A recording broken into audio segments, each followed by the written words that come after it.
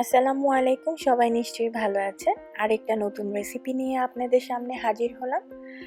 বাংলাদেশে অনেক গরম পড়েছে, সেই জন্য একটা ড্রিঙ্কস তৈরি করে দেখাবো। আর বাংলাদেশে এখন আমের সিজন, আম পাওয়া যাচ্ছে অনেক, তাই ভাবলাম যে ম্যাঙ্গো লেমনেড তৈরি করে দেখালে কেমন হয়।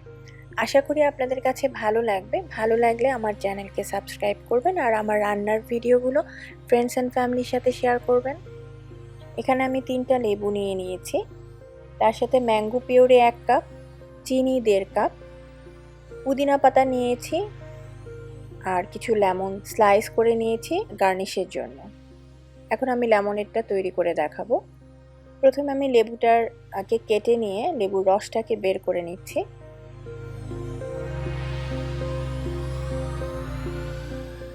লেবু চিপড়ানোর এই জিনিসটা খুবই সহজ আর রসটাকে বের করার জন্য, এটা যদি থাকে তাহলে তো খুবই ভালো, আর না হলে একটু কষ্ট করে লেবু চিপড়ে রসটাকে বের করে নিতে হবে। আমি এখানে 2টো লেবু নিয়েছি, 2টো লেবু নিয়ে আমি রসটা নিয়ে নিয়েছি। একটা জগ নিয়ে নিয়েছি, এখন জাস্ট হচ্ছে শুধু মিশানোর পালা। ম্যাঙ্গো পিউরে যেটা ছিল সেটা পুরোটুকুই আমি ঢেলে দিচ্ছি জগের মধ্যে। চিনি দিয়ে দিচ্ছি, তার সাথে লেবু রস দিচ্ছি আমি এখন আপাতত 3 টেবিল চামচ। তারপরে পুরা লেমনেডটা তৈরি করা হয়ে গেলে জাস্ট টেস্ট করে দেখবো যে কতটুকু লাগে। আর মিন্ট লিফটা দিচ্ছি আসলে গার্নিশের জন্য, প্লাস মিন্ট লিফের ফ্লেভারটা আমার কাছে অনেক ভালো লাগে। আপনারা চাইলে কিন্তু এটা স্কিপ করতে পারেন, থাকলেই দিবেন, না থাকলে দেওয়ার কোনো দরকার নেই।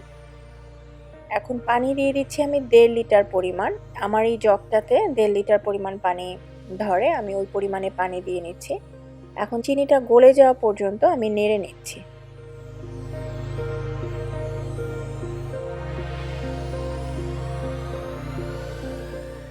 আমার কাছে মনে হয়েছে সাওয়ারটা একটু কম, তাই আমি আরও 1 টেবিল চামচ পরিমাণ লেবুর রস দিয়ে দিচ্ছি। দিয়ে আমি আবার একটু নেড়ে নিচ্ছি। আসলে টক মিষ্টিটা একেবারেই নিজের ইচ্ছা মতো, আমি জাস্ট একটু আপনাদেরকে শেয়ার করলাম যে এরকম করে লেমনেড তৈরি করে ফ্রিজে অনেক দিন রাখা যায়, প্রায় 10-12 দিন রাখা যায়। এটা যখন তখন করে খাওয়া যায়, একদম বড় গ্যালনের 1 গ্যালন করে যদি ফ্রিজে রেখে দেওয়া যায় তাহলে মানে গরমের সময় যখন তখন ফ্রিজ থেকে বের করে একটু খেলে খুব শান্তি লাগে।